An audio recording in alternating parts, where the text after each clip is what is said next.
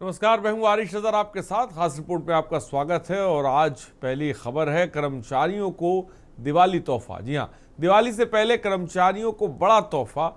14,82,000 राज्य कर्मचारियों को मिलेगा बोनस। 1,022 करोड़ का व्यय भार उठाएगी राज्य सरकार। और मुख्यमंत्री योगी का सराहनीय फैसला है। कर्मचारियों के परिश्रम को सम्मान दिया जा रहा है। प्रति कर्मचारी 6,908 तक का बोनस है। 30 दिन की परिलब्धियों के आधार पर भुगतान होगा और वेतन मैट्रिक्स केवल लेवल जो है उसका 8 तक के कार्मिक होंगे लाभार्थी। शिक्षण संस्थानों और स्थानीय निकायों के कर्मचारी भी इसमें शामिल रहेंगे। मुख्यमंत्री ने दिए समयबद्ध भुगतान के निर्देश। शासन प्रशासन में नई ऊर्जा का संचार दिया और दिवाली पर परिवारों में उत्साह और खुशी का माहौल भी मुख्यमंत्री योगी आदित्यनाथ की तरफ से दिया जा रहा है, ताकि के जो दिवाली का त्यौहार है वो कर्मचारी बड़े हर्षोल्लास के साथ और आनंद के साथ बनाएं। इसके लिए बोनस का ऐलान किया गया है, वो बोनस जिसके लिए कर्मचारी साल भर इंतजार करते हैं।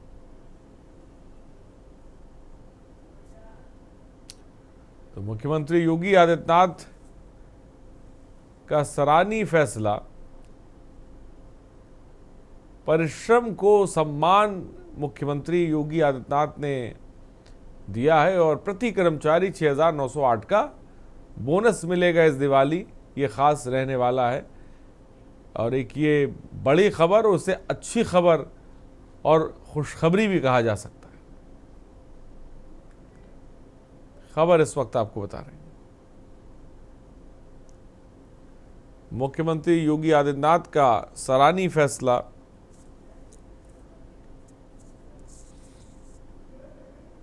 कर्मचारियों के जो परिश्रम है उसको सम्मान मुख्यमंत्री के द्वारा दिया जा रहा है और प्रति कर्मचारी बोनस भी तय किया गया है जो कर्मचारियों तक पहुंचेगा, उनको मिलेगा, ताकि वो दिवाली का आनंद ले सकें और अपने और परिवार के साथ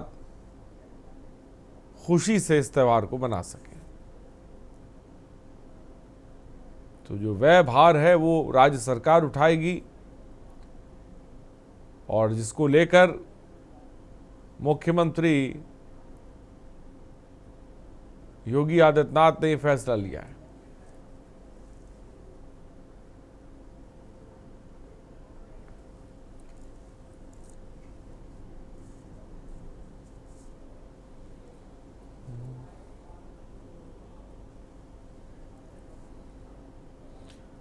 और आगे बढ़ते हैं। बकायेदारों को नोटिस। लखनऊ नगर निगम वसूलेगा बड़े बकायेदारों से गृह कर। 500 करोड़ से ज्यादा का गृह कर नगर निगम का बाकी है। सबसे ज्यादा रेलवे पर 3,022 करोड़ का बकाया है। बिजली विभाग पर 77 करोड़ का बकाया है। लुलु मॉल पर 18 करोड़ का बकाया है। नगर निगम ने बड़े बकायेदारों को नोटिस भेज दिया है और बकायेदारों पर कार्रवाई भी होगी। सीटीओ सीलिंग और कुर्की की कार्रवाई होगी।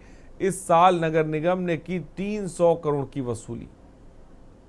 मैं आपको बताता हूं कि कुल हमारे यहाँ 7,32,000 मकान असेसमेंट हो चुका है, जिसमें से हम लोगों ने 3,87,683 भवनों का असेसमेंट जमा हो चुका है। इसके अलावा हम लोग पिछले साल से 329 करोड़ वसूली कर लिए हैं, जो कि 60 करोड़ ज़्यादा है। इस साल जो है रिकवरी में अब जो मुख्य रूप से जो पुराने बकायेदार हैं, जैसे कि विद्युत विभाग, तो पिछले साल उन्होंने 3 करोड़ मात्र दिया था और उसको घटाने के बाद, करंट ईयर जोड़ने के बाद इस समय 77 करोड़ अभी भी बकाया है। लखनऊ नगर निगम का लखनऊ के बकायेदारों पर करीब 500 करोड़ का राजस्व जो गृह कर है वो वसूली करना बाकी है। ऐसे में कहीं ना कहीं नगर निगम अब सख्त कार्रवाई करने को तैयार हो रहा है, क्योंकि अगर बात करें तो लखनऊ नगर निगम का सबसे बड़ा बकायेदार रेलवे है, जहां पर 322 करोड़ के बकाया देनदारी है और लगातार पत्राचार होने के बावजूद भी अभी तक जो रेलवे है उसने बकाया नहीं चुकाया।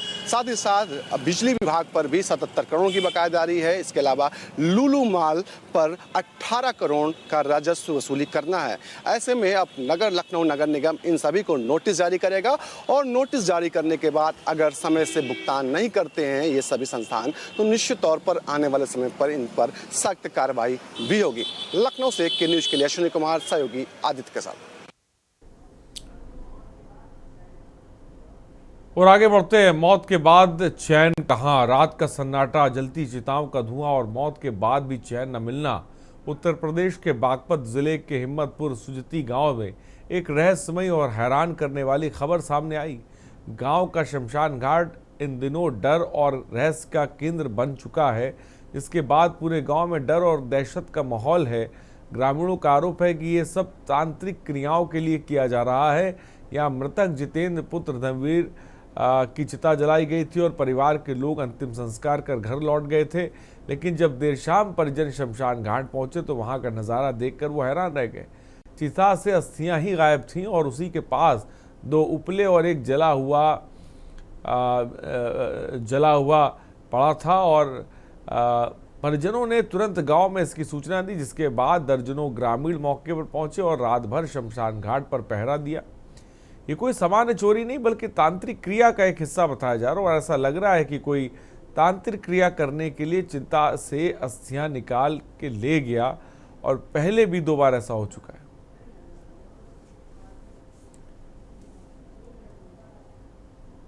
तो ये तस्वीर है और एक डर भी है। हुआ हमारे गांव में, जैसे परसों एक लड़का एक्सपायर हुआ जितेंद्र नाम का, तो मैं कल उनके घर उनके दुख में शामिल होने के लिए गया था। तो उन लोगों ने बताया कि जी वहाँ पे शमशान घाट में अस्थियों के साथ में कोई तांत्रिक किस्म का व्यक्ति कोई छेड़छाड़ करे और वहाँ पर कुछ टोने टोट के भी, वो तो मैं खुद भी देखे। जैसे वहाँ दाह संस्कार में हम गए शमशान घाट में, तो वहाँ टोने टोट के हुए, कई दफ़ा हमको भी मिल लिए। और जैसे तीसरे दिन भाई आज जैसे दाह संस्कार किया, तो एक दिन बीच में छोड़ के तीसरे दिन उसकी अस्थियों को जैसे लेने के लिए जाते हैं, फिर उनको भाई हरिद्वार या शुक्रताल के लिए जाते हैं। तो वहाँ पे उन लोगों ने पहरा भी दिया कल रात में कि भाई ऐसा कुछ किया जा रहा। तो इस मामले को हम उच्च अधिकारियों के संज्ञान में डाल लेंगे और इसकी जांच कराएंगे, और अगर ऐसा है तो ऐसा करने वाले के खिलाफ कठोर कानूनी कार्रवाई अमल में लाई जाएगी। और इससे पहले 2-3 महीने पहले एक हमारी भावज लगी थी, वो अभी गुजरी थी। और जो हमारे चायने हैं उसमें हमारी जो चिता लगाई जा, उसमें हम तो फूल कह लें, हड्डी कह लें, तो उनके साथ में छेड़छाड़ करी जाती है और उसमें ठा भी लेते हैं, ठाते हैं उसमें। और जहाँ कल भी हमने उसका पहरा भी दिया तो भी हमें उसमें छेड़छाड़ पाई। और आज हमने फूल चुके जो भी हमें पाई थोड़े बहुत, वे हमने हरिद्वार के लिए भेज दिए हैं। इसके लिए हमारे यहाँ कोई भी कार्रवाई नहीं कर रहा। कोई या तो तांत्रिक है, ये हम ही नहीं कह सकते, हमें जानकारी कि कौन है कौन नहीं। हमने उसका पहरा भी दिया तो भी हमें उसका कोई पता नहीं चला। इसी वजह से पहरा दिया था रात? हाँ जी, इसी वजह से पहरा दिया था, अगर भाई कोई चिता को छेड़छाड़ न करे। ना जी, मेरे भाई थे बड़े, वो बीमारी के कारण एक्सपायर हो गए जी।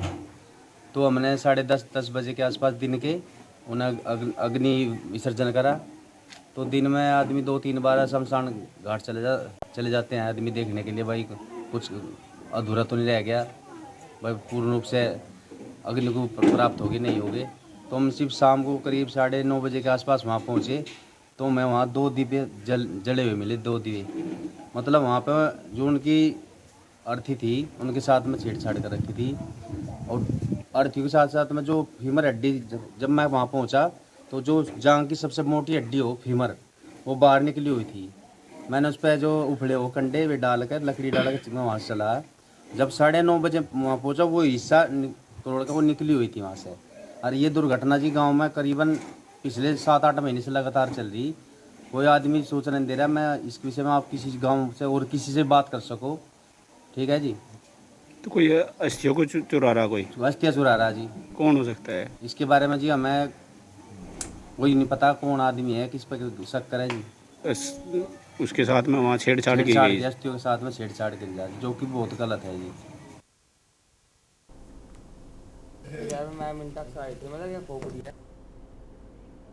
और कुलदीप पंडित हमारे संवाददाता इस खबर पर अधिक जानकारी के साथ जुड़ गए हैं। कुलदीप, सुजेती में तंत्र की आहट दिखाई पड़ रही है क्या इस आहट के पीछे के बारे में क्या पुलिस प्रशासन अब तक कुछ पता लगा पाया है?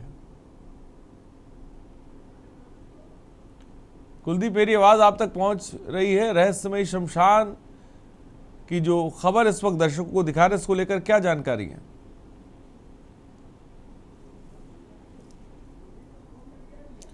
तो शायद मुझे लग रहा है कुलदीप से हमारा संपर्क नहीं हो पा रहा है। फिलहाल खबर इस वक्त बता रहे हैं चिताओं से अस्थियां गायब हो रही हैं और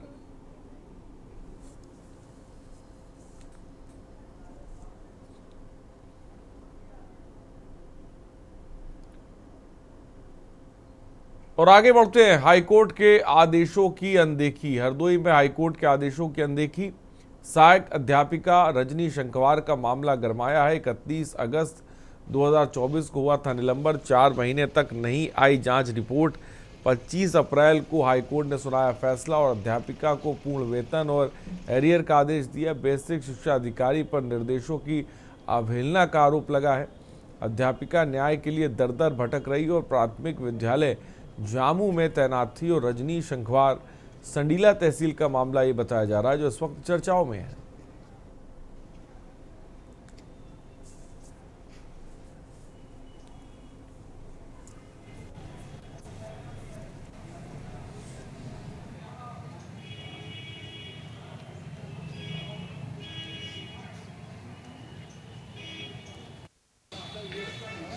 मैं प्राथमिक विद्यालय जामू संडीला सर हरदोई से हूँ। सर मेरे साथ में बहुत बुरा अन्याय किया गया है। मुझको निलंबित किया गया है। मेरे साथ में एक शिक्षिका हैं प्रियंका जायसवाल, उनको भी निलंबित किया गया था। 26 दिसंबर को जांच अधिकारी जांच कर गए और उनको 30 दिसंबर को बहाल कर दिया। और सर मेरा निलंबन बरकरार रखा और मेरी आख्या भी नहीं बना करके दी। जब मैं हाई कोर्ट गई, हाई कोर्ट जाने के बाद में इन्होंने 5 अप्रैल को मेरी जांच आख्या बनाई। इसके बाद बीएसए साहब ने मुझसे मांगा कि अपने साक्ष्य सहित पूरा स्पष्टीकरण दीजिए। मैंने साक्ष्य सहित स्पष्टीकरण दिया। इसके बाद इन्होंने मुझको भरखनी मान नगला वहाँ पर भेज दिया, जबकि सर मेरा कोई दोष नहीं था। इसके बाद मुझको फिर मैं हाई कोर्ट गई। हाई कोर्ट जाने के बाद में मैंने वहाँ से ऑर्डर किया। ऑर्डर मतलब मेरा हुआ, इनका आदेश खारिज हुआ। जो जांच आख्या कराई गई थी वो पूरी खारिज हुई। खारिज होने के बाद में मैं इनको मई में 26 मई को मैंने इनको रिसीव कराया, जिसकी रिसीविंग कापी सर मेरे पास में ये देखी है।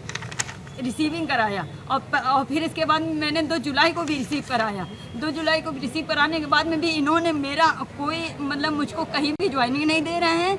और जो मेरा आधा वेतन जीवन निर्वाह भत्ता होता है वो भी माह अप्रैल से पूरा बंद कर दिया है। हाँ, हाई कोर्ट का ऑर्डर है। तो 25 अप्रैल को हाई कोर्ट ने फैसला सुनाया था इस पूरे मामले पर। आपको बता दें अध्यापिका को पूर्ण वेतन और एरियर का आदेश दिया गया इस पूरे मामले में। और हाई कोर्ट के आदेशों की अनदेखी भी की जा रही है। जो महिला हैं जिनको आपने सुना वो अपनी मांग रख रही हैं, अपनी बात रख रही हैं, लेकिन उनकी सुनवाई नहीं हो रही है। ये सहायक अध्यापिका हैं। 31 अगस्त 2024 को इनका निलंबन हुआ था और 4 महीने तक जांच रिपोर्ट अभी तक नहीं आई है। 4 महीने बीत गए हैं, जबकि इस पूरे मामले पर 25 अप्रैल को हाई कोर्ट ने फैसला भी सुना दिया है। हाई कोर्ट के फैसले के बावजूद भी ना वेतन मिल रहा है, ना एरियर मिल रहा है। और आगे बढ़ते हैं। घुमंतुओं के बीच कैबिनेट मंत्री खबर है, जहां ककवन विकास खंड क्षेत्र के जोगिन डेरा पहुंचकर समाज कल्याण मंत्री असीम अरुण ने घुमंतु जाति के लोगों से मुलाकात करने पहुंचे। यहां उन्होंने नाथ संप्रदाय के लोगों को शासन की कल्याणकारी योजनाओं की विस्तार से जानकारी दी। समाज कल्याण मंत्री ने सभी से योजनाओं का लाभ प्राप्त करने की अपील करते हुए साथ ही मौजूद तहसीलदार गांव में बुनियादी सुविधाओं मुहैया कराने के निर्देश दिए। गांव में सार्वजनिक मिलन केंद्र का निर्माण कराने और आधार कार्ड जारी कराने के लिए विशेष शिविर भी लगाए गए हैं। 4 किलोमीटर और चले तो आप मेरे गांव खैर नगर पहुंच जाएंगे। आपका बहुत बहुत स्वागत है। मैं 31 अगस्त को आदरणीय योगी जी द्वारा एक बहुत बड़ी घोषणा की गई कि हमारा घुमंतु समाज, जिसको विमुक्त जाति भी बोलते हैं, उनके कल्याण के लिए एक विकास मिशन बनाया जाएगा और उसको संचालित करने के लिए एक बोर्ड बनाया जाएगा। उसका शासनादेश जल्दी ही जारी होने वाला है। मूल रूप से इस मिशन में हम पहले चिन्हित करेंगे कि कौन कौन लोग हैं जो घुमंतु समाज के हैं।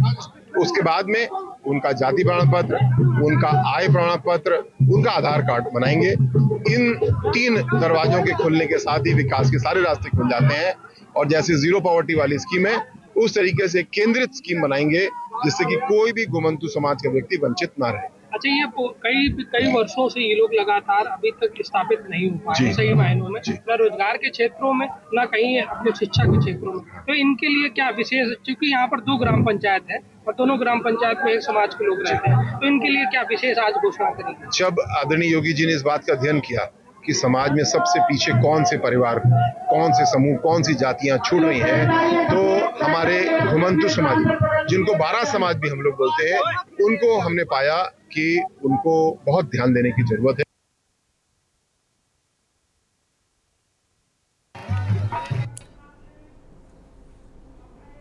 और अभय प्रताप सिंह हमारे संवाददाता इस खबर पर जुड़ा। अभय प्रताप सिंह, घुमंतु समाज को लेकर कैबिनेट मंत्री उनके बीच पहुंचे हैं, उनकी जिंदगी के बारे में जाना है, क्या जानकारी है? पूरा कार्यक्रम एक जो ककोन विकास, जो कानपुर नगर की एक बिल्लौर तहसील है, बिल्लौर तहसील में ही ये गांव पड़ते हैं, जिसको मनावा ग्राम पंचायत के नाम से जानते हैं। और सड़क के इस पार मनावा और सड़क के उस पार औरतारपुर, 2 ग्राम पंचायतों में नाथ संप्रदाय से जुड़े व्यक्ति जो लगभग कई वर्षों से यहाँ पर रह रहे हैं और उनका मुख्य पेशा कहीं न कहीं मांग कर खाना, भीख मांगना या अपने सपेरों के माध्यम से ही वो अपनी जीविका चलाते हैं। इनके एक संगठन ने माननीय मंत्री जी जो असीम अरुण जी था, समाज कल्याण मंत्री हैं, उनको बुलाया था अपने एक सम्मेलन के कार्यक्रम में, जिसके जरिए उन्होंने एक अपनी जीविका या जिस रहन सहन में वो रह रहे हैं उसके बारे में सरकार को मिलन केंद्र बनाने की बात चल रही है। ये कैसा मिलन केंद्र है, क्या काम होगा, इसके बारे में थोड़ा सा बताएं। मिलन केंद्र का पूरा फोकस ये है कि जो एक गांव में एक बारात शाला होती है उसको ही मिलन केंद्र कहते हैं, जिससे ग्रामीण जो आसपास में उनके घर में या उनके आसपास कोई ऐसा मांगलिक कार्यक्रम होता है, क्योंकि वहां पर सब झोपड़ी वाले घर हैं, तो ऐसे में मिलन केंद्र बन जाने से उनके घर में बारात, बेटियों की शादी होती है या पुत्रों का विवाह होता है, तो उसके प्रयोग के लिए ये मिलन केंद्र या बारातशाला की इन्होंने मांग रखी थी, जिसको कैबिनेट मंत्री, समाज कल्याण मंत्री ने स्वीकृत भी दे दी है। ठीक है भाई, बहुत बहुत शुक्रिया हमसे जुड़ने के लिए, तमाम जानकारी देने के लिए। तो मिलन केंद्र बनाने की मांग रखी थी, जिसे बारातशाला कहा जाता है, और घुमंतुओं के बीच पहुंचे कैबिनेट मंत्री। और यहाँ पर रुकते एक छोटे से ब्रेक के लिए। ब्रेक के उस पार हम आपको बताएंगे 3 करोड़ की लूट का आखिर खुलासा कैसे हुआ। आप देख रहे हैं के न्यूज़, खबरों का और ब्रेक के बाद आपका स्वागत है। मध्य प्रदेश के सिवनी जिले में लगभग 3 करोड़ के हवाला लूट मामले में बड़ा खुलासा हुआ। डीजीपी कैलाश मकवाना के निर्देश पर सिवनी की सीएसपी पूजा पांडे समेत 11 पुलिसकर्मियों के खिलाफ गंभीर धाराओं में एफआईआर दर्ज की गई और ये मामला थाना लखनवाड़ा में अपराध क्रमांक 473 के तहत दर्ज किया गया। आरोपियों पर भारतीय न्याय संहिता के तहत 310, 126, 140 और 61 आपराधिक षड्यंत्र के तहत ये केस दर्ज किया गया है। और साथ ही साथ आपको बता दें, पुलिस पूरे मामले की जांच कर रही है।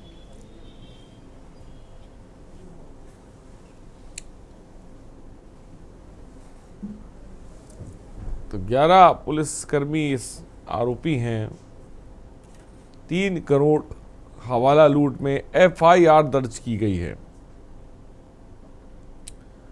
और बड़ा खुलासा इसे कहा जा सकता है,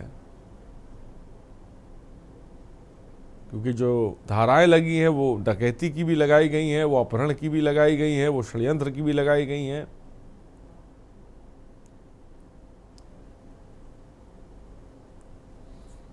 और 3 करोड़ हवाला लूट में दर्ज एफआईआर।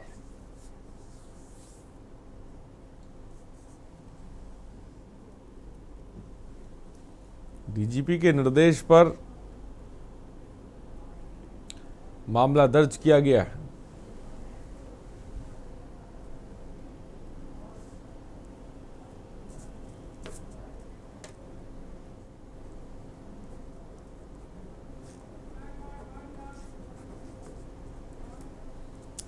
खबरों में इतना ही, बने रहिए हमारे साथ। नमस्कार।